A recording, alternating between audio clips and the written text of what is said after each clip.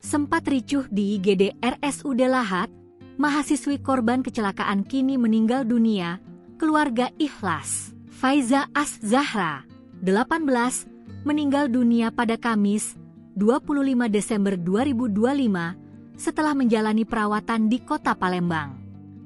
Nama Faiza sempat viral di media sosial ketika keluarganya terlibat kericuhan dengan petugas RSUD Lahat pada Minggu, 21 Desember 2025, malam. Jenazah mahasiswi semester 1 tersebut sudah tiba di rumah duka di Desa Payo, Kecamatan Merapi Barat, Kabupaten Lahat.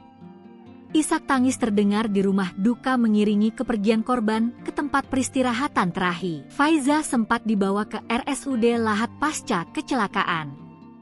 Namun, terjadi kericuhan antara keluarga korban dengan pihak rumah sakit. Kejadian tersebut diduga lantaran penanganan keterlambatan proses rujukan.